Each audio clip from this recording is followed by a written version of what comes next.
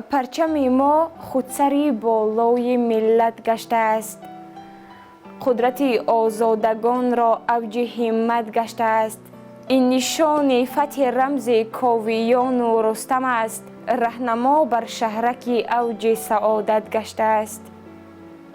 ننگ، ناموس، شرف، افتخار وطنداری، خودشناسی و حس بلند وطن دوستی زیر یک لوا، زیر پرچم ملی. ما امروز افتخار از آن داریم که صاحب رمزهای اساسی دولتداری از جمله پرچم ملی هستیم. درود بینندگان عزیز تلویزیون بهارستان. صبح نکوی وطن نازنین تاجیکستان عزیز برایتان مبارک و فرخنده باشد. بازم در این لحظه و ساعتها در فضای ایدانه تاجیکستان عزیز برنامه صبحگاهی صفای سحر را آغاز می نماییم.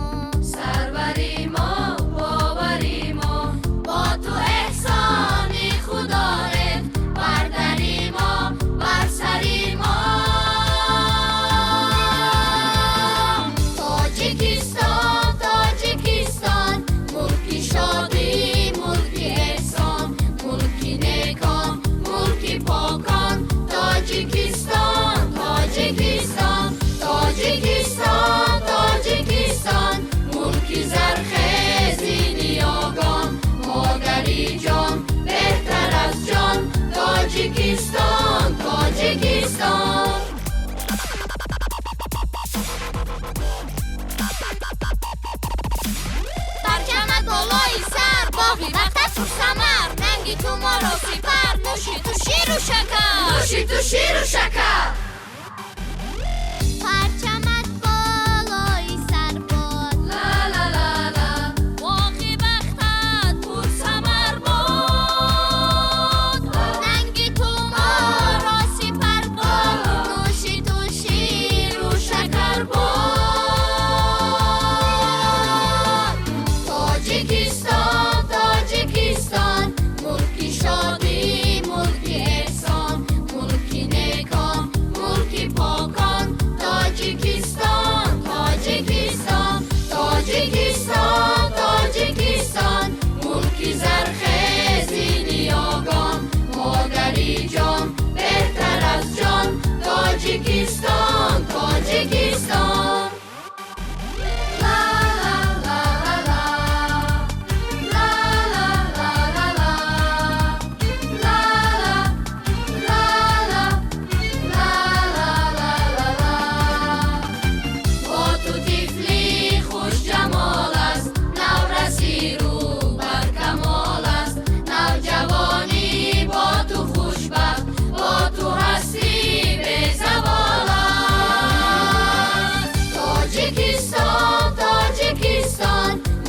شادی ملکی احسان، ملکی نیکان ملکی پاکان. تاجیکستان تاجیکستان تاجیکستان تاجیکستان، ملکی زرخیزی نیاگان. مادری جان بهتر از جان. تاجیکستان تاجیکستان.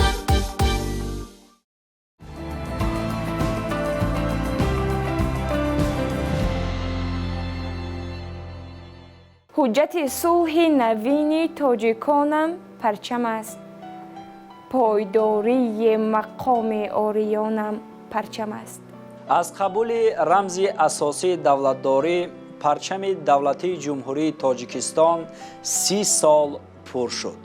30 سال می شود که ما زیر آن همین لیوا که پرطرفشان است زندگی و عمر به سر میبریم. پرچم دولتی جمهوری تاجیکستان 24 نوامبر سال 1992 همچون مقدسات ملی قبول گردید. پرافشانی پرچم دولتی جمهوری تاجیکستان افاده‌گری آن است که تاجیکستان دولتی آزاد، حقوق بنیاد، دموکراسی، دنیوی و یگانه است.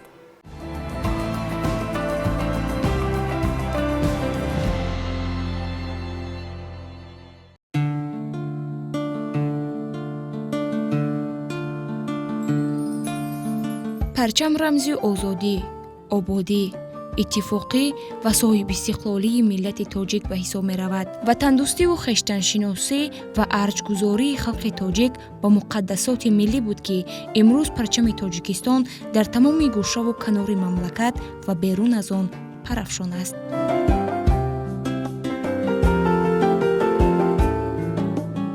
پرچم دولتی تاجیکستان رمزی صاحب استقلالی جمهوری تاجیکستان و شما رفته رمزی همه دوستی همه ملت ها را در خود افاده می سازد.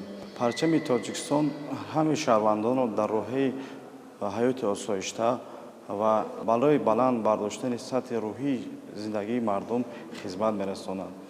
پرچم جمهوری تاجیکستان همساله 24 نوامبر در تمام جمهوری تاجیکستان با تنتنه جشن گرفته می شود.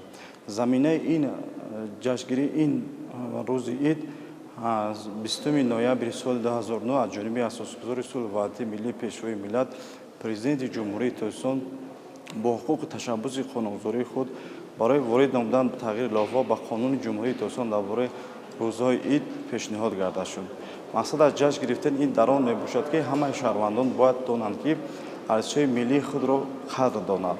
یعنی همه شهروندان باید در زمینه کنستیتوسیا، روز کنستیتوسیا، پرچم، سرود ملی همه ارزش‌های ملی را ارج گذارند.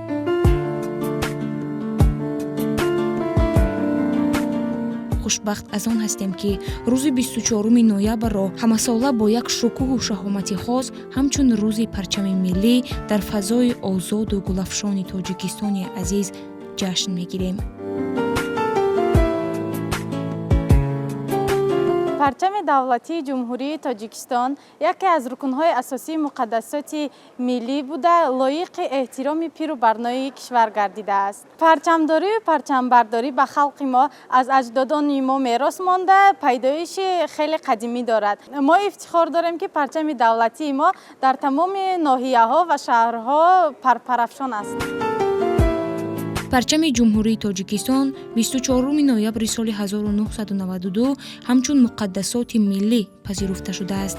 در زمان استقلالیت یک قطار دیگرگونی‌ها و آبادکاری‌ها به نظر می‌رسند که بنیاد باغ پرچم ملی یکی از آنهاست. این باغ سال 2012 ساخته و به استفاده داده شد. درازی ستون پرچم 165 متر، درازی خود پرچم 60 متر و برش 30 متر را تشکیل می‌دهد. پرچم پرتوافشان ما همچون بلندترین پرچم در کتاب رکوردهای گینس درج گردیده بود. همساله در جمهوری تاجیکستان 24 نوامبر را همچون روز پرچم جشن میگیرند. با تشبث پیشوای ملت پرزیدنت جمهوری تاجیکستان محترم امامعلی رحمان این روز را همچون عید همساله جشن میگیرد. این افاده‌گری آن است که جمهوری تاجیکستان دولت صاحب اختیاری، دموکراتی، دنیوی و یگانه میباشد. ما از آن فخر مینماییم که پرچم ما در قطار دیگر مقدسات‌های ملی در سازمان‌های بین‌المللی برافراخته شده است. مهر وطنداری و احترام ارزش‌های ملی است که هر یک شهروند تاجیکستان آن را همچون مقدسات ملی پذیرفته و پیوسته پی حفظ آن کمر بستند. پرچم ما خودسری بالای ملت گشته است. قدرت آزادگان را اوج همت گشته است. پرچم دولتی تاجیکستان رمز استقلالیت دولتی جمهوری تاجیکستان، دوستی و برادری همه ملت‌های آن میباشد. این رمز دولتی شهروندان را به زندگی آرام و آسایشته سفربر می‌نماید. ما جوانان پیوسته کوشش میکنیم که پرچم برداری دولت عزیزمان باشه. از آن افتخار میکنیم که پرچم ما در فضای استقلالیت پرفشان است. парчамбардорӣ ва парчамдорӣ ифтихори ҳар як ватандор аст. Парафшонии парчам аз фатҳи қуллаҳои баланд ва ғалабаи мо тоҷикон дар ҳамаи соҳаҳо шаҳодат медиҳад ва ҳамчунин нишонаи сулҳу ваҳдат ва осоиш дар кишвари Тоҷикистон аст.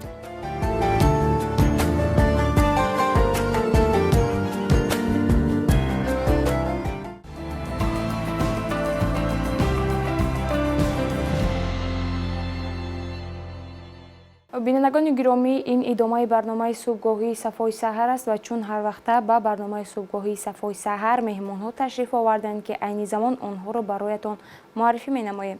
Лоиқшо Абдураҳимзода хонандаи синфи 11-и литсей барои хонандагони болоиқати шаҳри Кӯлоб ва Абдураҳимзода Ҳабиба донишҷӯи курси 2-и Донишгоҳи давлатии шаҳри Кӯлоб ба номи Абуабдулло Рӯдакӣ. Бояд қайд кард, ки ин ду нафар иштирокчиёни озмуни фуруғи субҳи доноӣ китоб аст мебошанд, ки ба барномаи субҳгоҳии Сафои Саҳар ҳамчун меҳмон ташриф оварданд. Хуб, шуморо ба барнома хушомадед мегӯем. ташаккури зиёд. саломат бошед. хуб, лоиқшо, шумо аз рӯи кадом номинатсия дар озмуни ҷумҳуриявии фуруғи субҳи доноӣ китоб аст ширкат намудед? аз номинатсияи назму наср аз бахши назм. хуб, ба даври ҷумҳуриявӣ рохат гирифтед? дар вилоят ҷои дуюм гирифта ба даври ҷумҳуриявӣ рохат гирифтам. саломат бошед. дар ин озмун чӣ қадар шеър пешниҳод намудед шумо? ман аз номинатсияи шоирӣ, яъне эҷодиёти худам ҳастам. аз эҷодиёти худам мақсад худам эҷод кардам. ғазал, мухаммас, мусаддас, таҷебанд, дубайти, рубоӣ, шеър ва дигар навъҳои шеъри достон аз эҷодиёти худам навиштам, яъне эҷод кардам. шумораашон муайян нест? муайян аст. 15 ғазал, 15 рубоӣ, як достони мукаммал, як қасида, 3 мухаммас, як мусаддас, 2 таҷибанд, таркибан ва дигар навъҳои шеъри дигар. саломат бошед. хуб, биёед оғоз мекунем бо як шеъре ки аз эҷодиёти худатон аст. аз ғазал. бале. шукри истиқлоли миллат дар забон мекушоям ман китоби тоҷикон. миллати мо шукр гӯяд то абад аз чунин як сарзамини бонишон. раҳбари мо ифтихори миллат аст, қаҳрамону меҳрубон соҳибқирон. нобироғу нур пошӣ мекунад, медиҳад нур бар замину бар замон. шукр мегӯям ба ҳар санги ватан, пайкаре гардида бар ҳар қаҳрамон. саломат бошед лоиқшо. хуб, мегуфтед ки аз куҷо ба сари шумо фикр омад то шумо дар васфи ватан шеър нависед? ман аввалин эҷодиёти худам аз синфи панҷумиам ба навиштани шеърҳои бачагона машғул будам. бисёртар ба шеърҳои бачагона хеле шавқу рағбати зиёд доштам. баъд аз синфи нуҳумӣ ба навиштани ғазал, мухаммас ва дигар навъҳои шеърӣ пайвастам ва то ҳол ҳамин тавр навишта истодам. устод доред дар ҳамин ҷодаи шеър? бале, аввалин устоди ман падарам аст. ман бисёртар дар маҳфилҳои шоирӣ, мақсад маҳфили ганҷи Кӯлоб, дар маҳфили ҳамешабаҳори китобхона, эҷод ва вақташ дар ҳамон шаҳри Кӯлоб буд ва дигар маҳфилҳо худамро сайқал дода истодам. дар бештари мавридҳо ба ман падарам, яъне Одина Раҳмон шоир мебошад, ба ман бисёртар кӯмак мерасонад. хуб, ҳабибону, шумо мегуфтед ки дар озмуни ҷумҳуриявии фуруғи субҳи доноӣ китоб аст. шумо аз рӯи кадом номинатсия баромад кардед? ташаккури зиёд. дар озмуни ҷумҳуриявии фуруғи субҳи доноӣ аз рӯи номинатсияи адабиёти классик иштирок кардам. дар ин озмун соли дуюм аст ки иштирок мекунам. дар соли 2020 то даври ҷумҳуриявӣ омада сазовори ҷои ифтихорӣ гардидам. ҳоло бошад аз тарафи Донишгоҳи давлатии Кӯлоб ба номи Абуабдулло Рӯдакӣ иштирок мекунам ва дар даври вилоятӣ сазовори ҷои сеюм гаштам ва даври ҷумҳуриявӣ рохат гирифтам. хуб, ҳабиба, шумо ҳангоме ки дар ин озмун иштирок кардед, шумо ҳамон дигаргуниҳоро назар ба даври гузашта пайхас кардед ё на? албатта дигаргуниҳо дар ин озмун зиёд шуданд, чунки соли чорум аст озмуни ҷумҳуриявӣ бо як шукӯҳу шаҳомати баланд баргузор мегардад ва дар низомномаи мо на он қадар тағйирот ворид шуд, чунки ҳамин адабиёти классик чӣ тавре ки буд, аз ҳамон замони гузашта адибон буданд. мо асарҳои онҳоро, ғазалҳои онҳоро аз бар кардем ва чӣ гунае ки буд ҳамон намуд то ҳозир истодааст. саломат бошед. дар донишгоҳи давлатии Кӯлоб дар кадом ришта шумо таҳсил мекунед? дар донишгоҳ дар факултети филологияи рус таҳсил мекунам. ихтисосатон? забон адабиёти рус. саломат бошед. хуб аз шоирони классик бештар ашъори кӣ барои шумо писанд аст? بیشتر همین سردفتر ادبیات کلاسیک استاد رودکی است. بسیارتر غزل‌های آن کس، غزل‌های کمال خوجندی، سیدای نصفی، حافظ شیرازی، سعدی شیرازی، جلال‌الدین بلخی و دیگران. саломат бошед. айни ҳол метавонед барои мо ғазалеро аз шоирони классик пешниҳод намоед? البته غزل از سیدای نصفی. نگه مستی تو خون دل احباب خورد، تیغ بیداد تو از دست اجل آب خورد.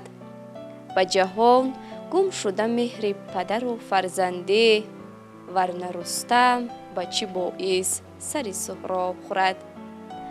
قطره می سر منصور برآورد به دار، وای آن کس که همه عمر می ناب خورد. هر که با دشمنی خلق روان است چو بحر، زود باشد که سر خویش چو گرداب خورد.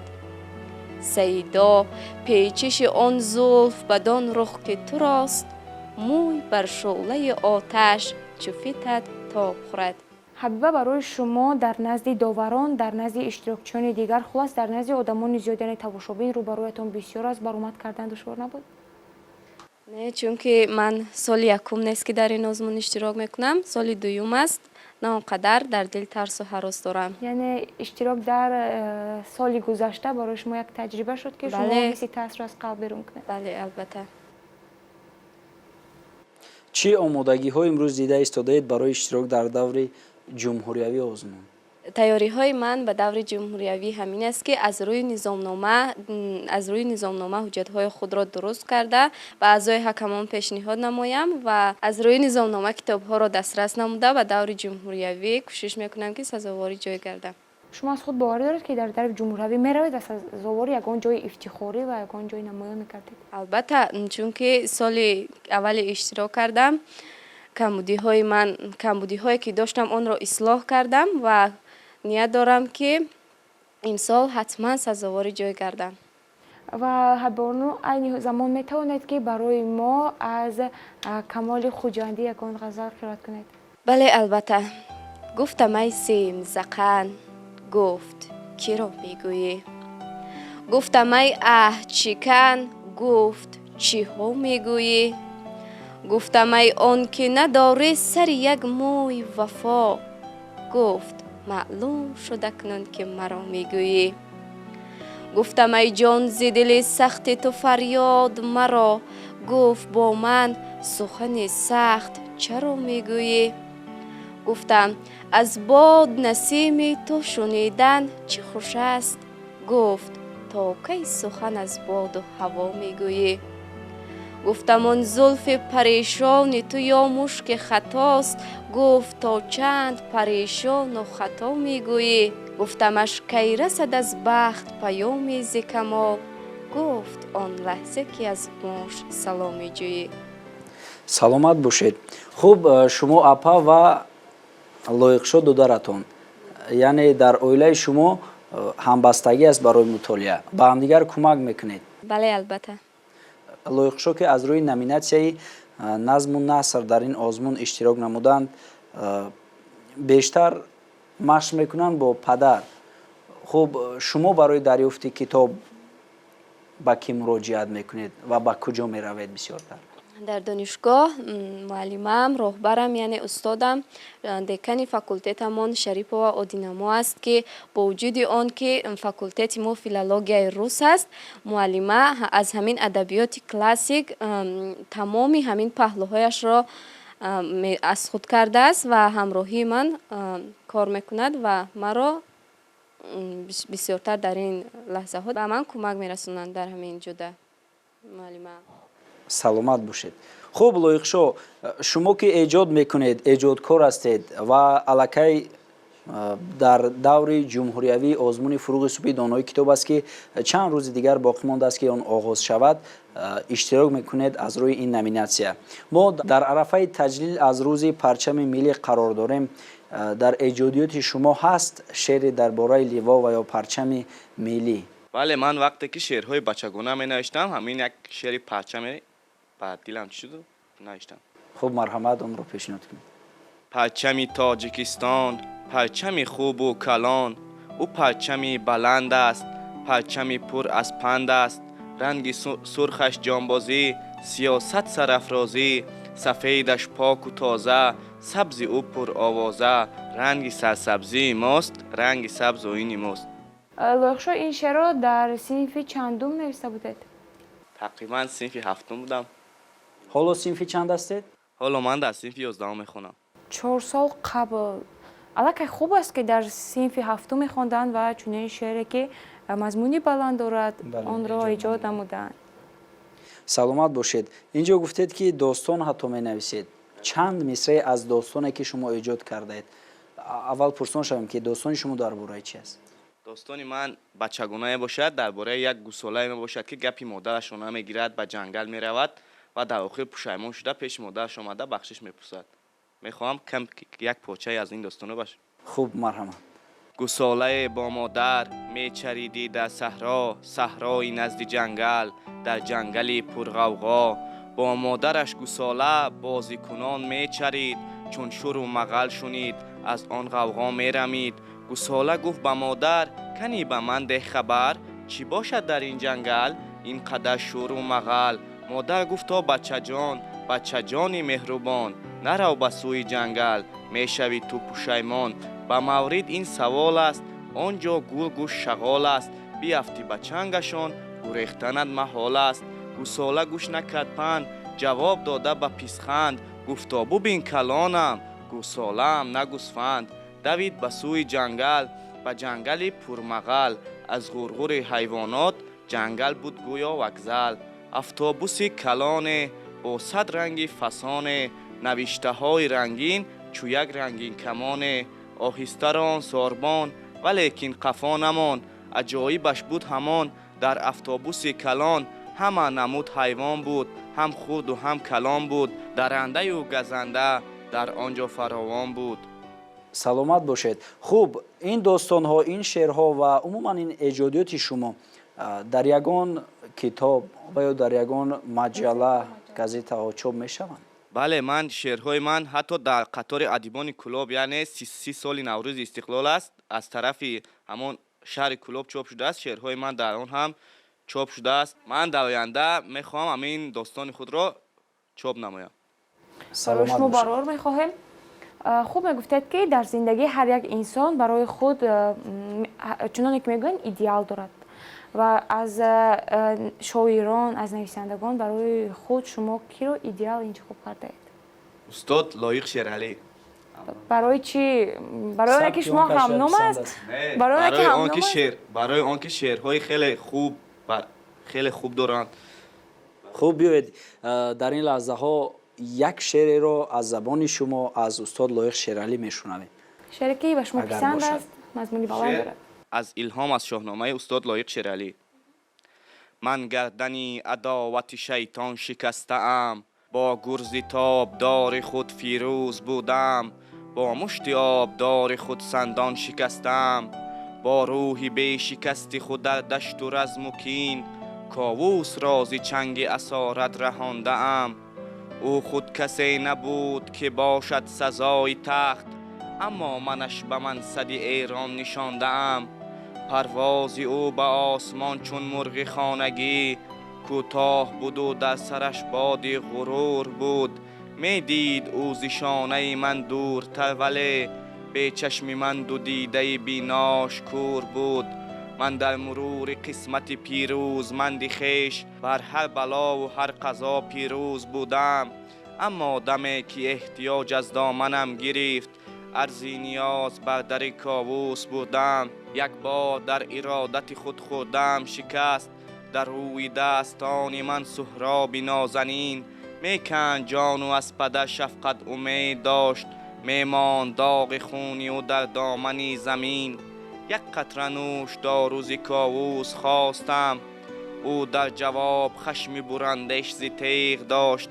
سهراب تا بمیرد و من هم به کام او، یک قطره نوش دارویش از آن دریغ داشت. آن روز بود اولین روزی شکست من، دریافتم که مردمی آسان نبوده است. برداشتم گریو و کاووس از جگر، جانی تو جان کسی جان نبوده است. تو چند خوری غصه دنیا قدح نوش، که این شیوه اگر چند گناه است ثواب است. همت بفشان دامن از آمیزش احباب، هم صحبت بیرنج در این عهد کتاب است. واقعا هم صحبت بیرنج در این عهد حتما کتاب است. ما کتاب را می توانیم همچون درختی میوه‌دار تصور کنیم که خواه ناخواه ثمره خود را به انسان می رساند.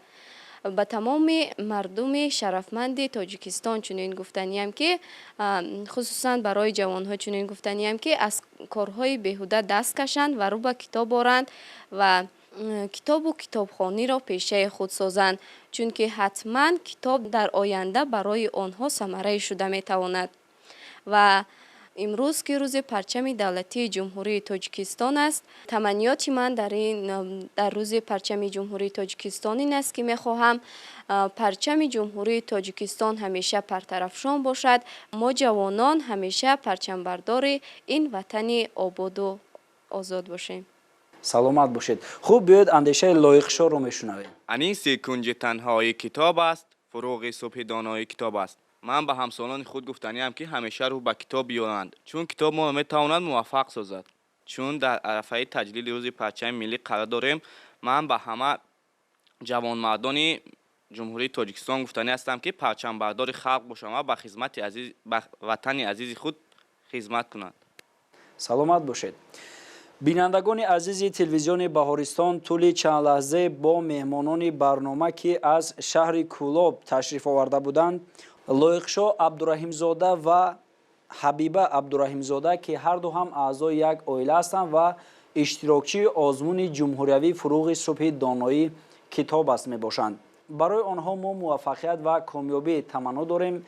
بگذار همین گونه فعال و همین گونه موفق باشند و توانند که در آینده نامبردار و البته پرچم برداری کشور عزیزمان تاجیکستان باشند.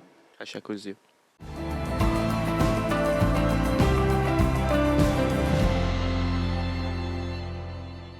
پرچم رمز دولتداری و استقلال و آزادی است. در شاهنامه ابوالقاسم فردوسی اولین پرچمبردار ملت ما کاوه آهنگر یادآوری شده است. واقعا هم درست است. پرچمداری و پرچمبرداری به ملت ما از دوره‌های قدیم میراث مانده است. تنها ارجگذاری ملت تاجیک نسبت به مقدسات ملی بود که امروز پرچم جمهوری تاجیکستان در قطار دیگر پرچم‌ها حتی در سازمان‌های بین المللی پرافشان گردیده است. بله، در زمان صاحب استقلالی مملکت در شهر و ناحیه‌های گوناگون کشور باغ و گلگشت‌های پرچم ملی بنیاد گشته. امروز پرتافشانی پرچم ملی در سراسر کشور ما به مشاهده می رسد که این از افتخار بلند ملت ما نسبت بر رمزهای اساسی دولتداری از جمله پرچم ملی می باشد.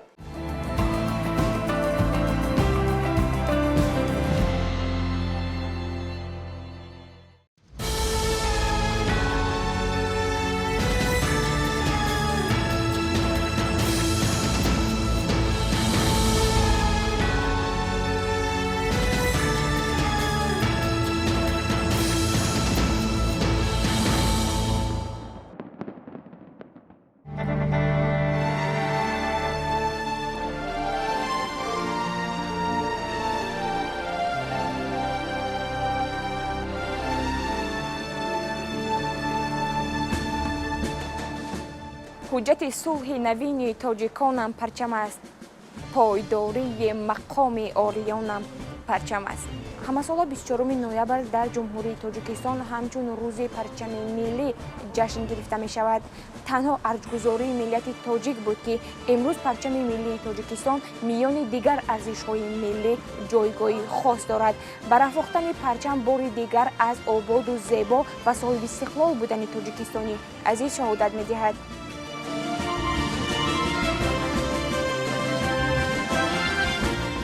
تاجیکستان، پرچمت تاجی سر است. پرچمی تو از همه بالاتر است. پرچمی تو پرچمی عدل است و داد، کین درفشی کاوهی آهنگر است. پرچمی تو بوده از جلد پلنگ، بیگزند و محکم و تاباور است.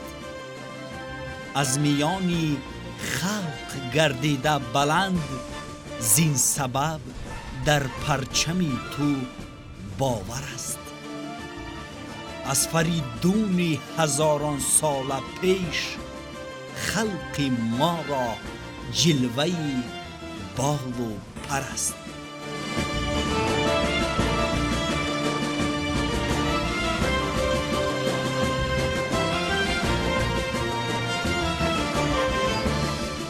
پرچم جمهوری تاجیکستان رمز دولتداری و استقلال و آزادی بوده. آن نشان از مستقلیت دولت می باشد.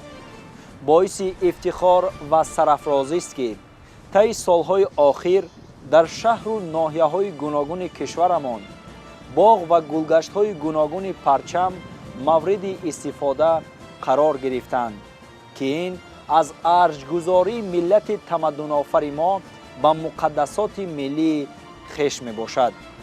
بگذار پرچم جمهوری تاجیکستان همیشه در منبرهای بین المللی و سازمانهای جهانی، اینچنین در کشور زیبا و آفتابروی ما تاجیکستان عزیز پرطرفشان باشد.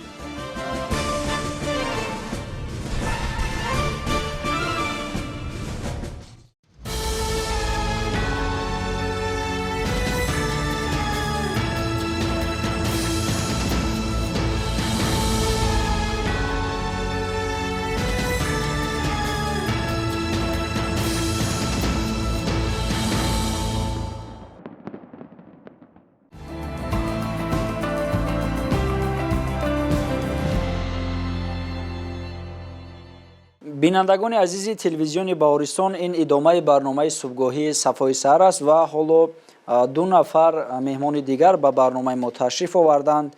عبدالغفار عبدالغفارов و رحمت تشریف زاده، خوانندگان گیمنازیای رقم یکم برای خوانندگان بالیاقت شهر دوشنبه، یکی در رشته علم‌های دقیق و دیگری در رشته علم‌های گومانیتاری در المپیادهای فنی اشتراک کردند.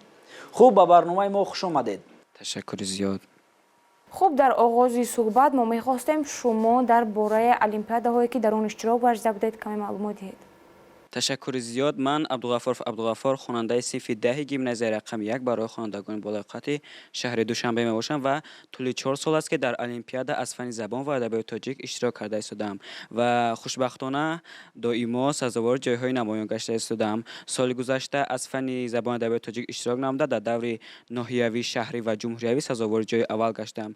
اینچنین سال جاری از همین فن اشتراک نمودم و حاضر باشه در دور ناحیوی سزاوار جای اول گشتم. آفرین، سلامت باشید. خب عبدالغفار، شما که در رشته ادبیات و زبان تاجیکی در المپیاد اشتراک کردید، می‌خواستیم اینجا از قرائت شعر شما آگاه شویم. چگونه قرائت میکنید شما؟ غزل از سعدی شیرازی. بگذار تا بگیریم چون ابر در بهاران، که سنگ ناله خیزد روزی ویدای یاران. بر ساربان بگویید احوال آبی چشمم، تا بر شتر نبندد محمل بر روزی باران. سعدی بر روزگاران مهر نشسته در دل، بیرون نمیتوان کرد الا بر روزگاران. سلامت باشید. خوب رحمت، چون شما نیز اشتراکچی المپیادهای فنی هستید، از رفتن همان المپیادها برای ما کمی قصه میکردید؟ در المپیاد از همه جالب این رقابت بین خوانندگان هر مؤسسه ها می شود که مثال در بین گیمنازیا ها ما رقابت بین خوانندگان میکنیم و تا آزمون جمهوری از تمام جمهوری آمده بین گیمنازیا و لیسه ها رقابت کلان می شود که از همه جالبترش این می باشد که هنگام ما منتظر می شویم که جواب ها کی می برایم و کی جای اول، کی جای دوم، کی جای سوم رو می گیرد. ҳамон вақт аз ҳама лаҳзаи дар ҳарос ғалтидани мо мебошад. хуб барои тайёр шудан ва иштирок дар олимпиадаҳои фаннӣ шуморо ки раҳнамо месозад? моро директори муассисаи худамон муассисаи гимназияи рақами 1 барои хонандагони болоиққати шаҳри Душанбе Неъматуллоев Муродбек ҳавасманд мегардонад ва бисёр тӯҳфаҳо, медал, ифтихорномаҳо табрик менамояд ва бо дастгирии ҳамин директори мо ва муаллимони муассиса, омӯзгорон, дигар шахсиятҳое ки ба мо дастгирӣ мекунанд, бо ёрии ҳаминҳо мо метавонем пешравӣ кунем ва бисёртар дар олимпиадаҳо, чорабиниҳо иштирок намуда дониши худро сайқал диҳем. саломат бошед. шумо ки дар риштаи илмҳои дақиқ дар олимпиадаҳо иштирок мекунед, аз кай боз шуғл доред, аз кай боз завқ доред, ҳавас доред ба илмҳои дақиқ? чун то ҷое мо медонем бештари наврасони мо, бештаре аз шахсон дурӣ меҷӯянд аз ин фанҳо, чун на ҳар кас метавонад дар илмҳои дақиқ яъне ки ғолиб шавад, ба қавле муваффақ шавад. чун онҳо душворфаҳм низ ҳастанд. бале аз сабабе ки касби дӯстдоштаи ман ин касби табибӣ буд, аз синфи нуҳумӣ ман ба фанҳои дақиқ рӯ овардам ва на он қадар гуманитариро хубтар мефаҳмам, фанҳои гуманитариро хубтар мефаҳмам. фанҳои дақиқро ман дӯст медорам ва аз байни онҳо бисёртар ман химияро нағз мебинам, ки дар касби табибӣ бисёртар лозим мешавад ва фани биология, ки асоси ин илми табибӣ мебошад, одамро меомӯзад ва фани физика, ки барои дохил шудан ба донишгоҳи давлатии тиббии ҷумҳурии Тоҷикистон ба ман ёрӣ мерасонад. бисёртар худро сайқал медиҳам ва ин фанро ҳам низ нағз мебинам. саломат бошед. хуб биёед аз иштироки шумо дар олимпиадаҳо сухан мекунем. имсол низ иштирок кардед? бале, имсол низ иштирок кардам ва дар соли гузашта дар олимпиадаи ҷумҳуриявӣ ҷои дуюмро сазовор гаштам ва аз фани химия? бале, аз фани химия. имсол кӯшиш мекунам ки сазовори ҷои аввал гардам. шуморо муассисаи чӣ тавр қабул кард? қабули анамон хонандагон, ҳамсинфони шумо, муаллимон, директор шуморо чӣ гуна қабул карданд ба задоне ки шумо дар анамон даври ҷумҳуриявӣ соҳиби ҷои дуюм гаштед? олимпиада низ ба мо манфиати зиёд меорад ва имтиёзҳо ба мо бисёр доданд аз тарафи муассиса ва аз тарафи директори муассисаи худамон Неъматуллоев Муродбек моро табрикот карда ба мо тӯҳфаҳо доданд ва медалу ифтихорнома доданд ва мин баъд аз тарафи омӯзгорон ва хонандагон ба мо дастгириҳо бисёр шуд. хуб, шумо ки аз фани химия хеле фаъол ҳастед, биёед аз ҷадвали давраи Менделеев аз шумо пурсон мешавем ки то бинандагон низ бовар ҳосил кунанд ки раҳмат низ аз уҳдаи донистани фани химия мебарояд. бале, дар бораи ана ҳамин ҷадвали давраи Менделеев каме барои мо маълумот медодед? ҷадвали давраи Менделеев, Дмитрий Иванович Менделеев ҳамагӣ зиёда аз 100 элементҳо мавҷуд ҳастанд, ки онҳо ба 8 гурӯҳ тақсим мешаванд ва гурӯҳи газҳои галогенид, гурӯҳи газҳои инертӣ ва гурӯҳи металлҳои ишхорӣ ва ғайраҳо. саломат бошед. бовар дорам ки агар шумо ҳамин гуна талош дошта бошед, ҳамин гуна ба худ боварӣ дошта бошед ва дар ҷодаи интихоб кардаатон ки табибӣ аст, метавонед дар оянда муваффақ шавед. хуб, ба ҳамсолони худ ва баъзе аз нафароне ки дурӣ меҷӯянд аз илмҳои дақиқ шумо чӣ тавсия медиҳед? раҳмат. асоси асри 21ро асри илму технология меноманд, ки асоси илму технологияро ин фанҳои дақиқ ташкил медиҳанд ба монанди химия, информатика, физика, математика ва ғайра фанҳо ва ба ҳамсолони худ тавсия медиҳам ки ба ин фанҳо низ таваҷҷӯҳ биёранд. хуб, мегузарем ба шумо Абдуғаффор.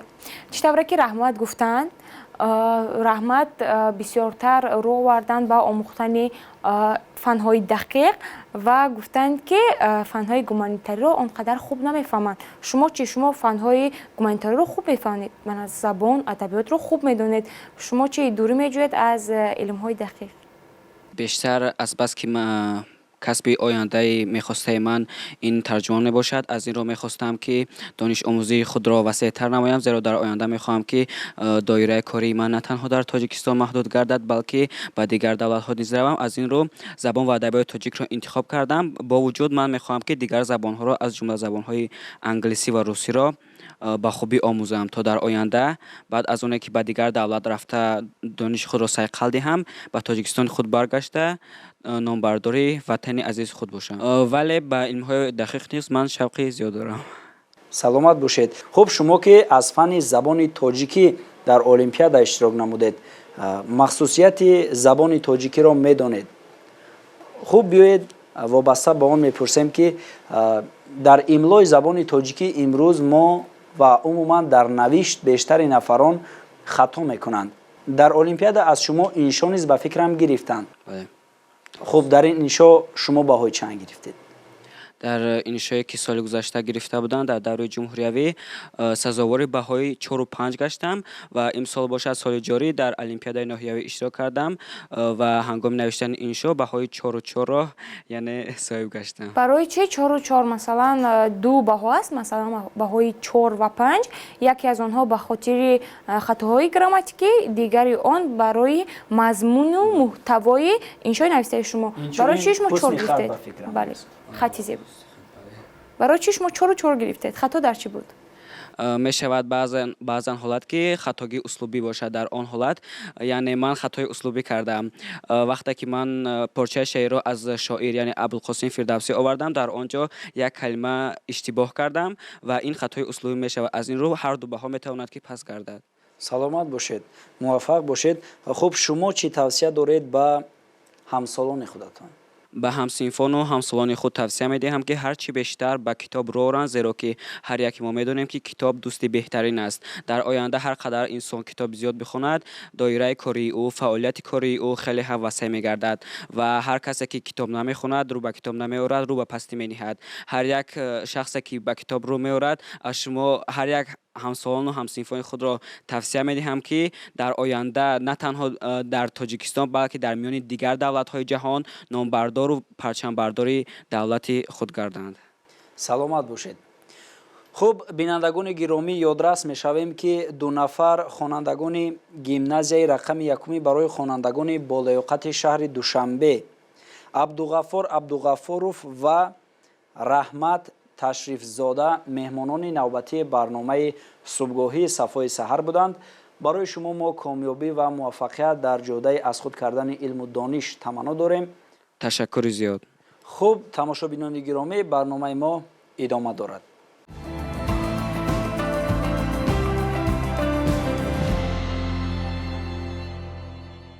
عین زمان که فصل تیر ماه است، آب و هوا یک رنگ نبوده در هر حالت میتواند دیگرگون شود.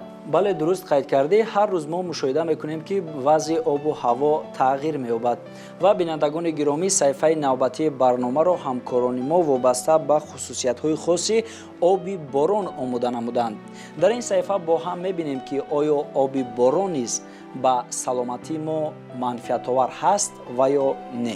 بله بینندگان گرامی صفحه نوبتی پیگیری این موضوع است. یک جای تماشا میکنیم.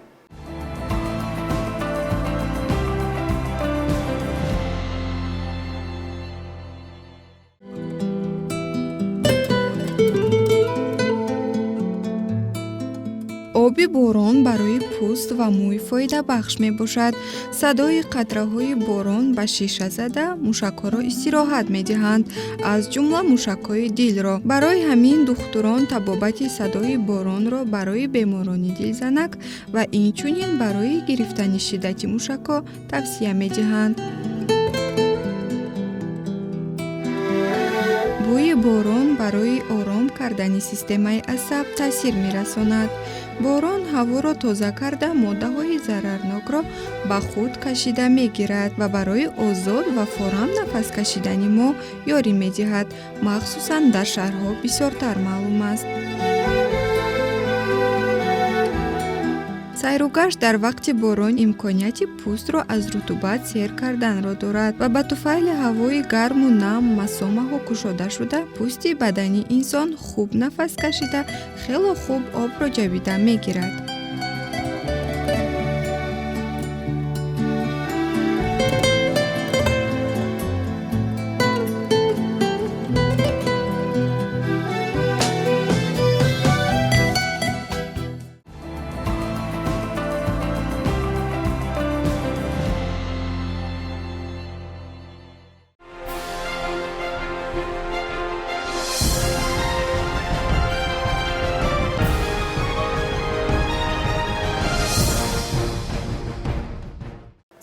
сонияҳо, дақиқаҳо, лаҳзаҳо гузаштанд ва мо боз ҳам расидем ба анҷоми барномаи субҳгоҳии Сафои саҳар.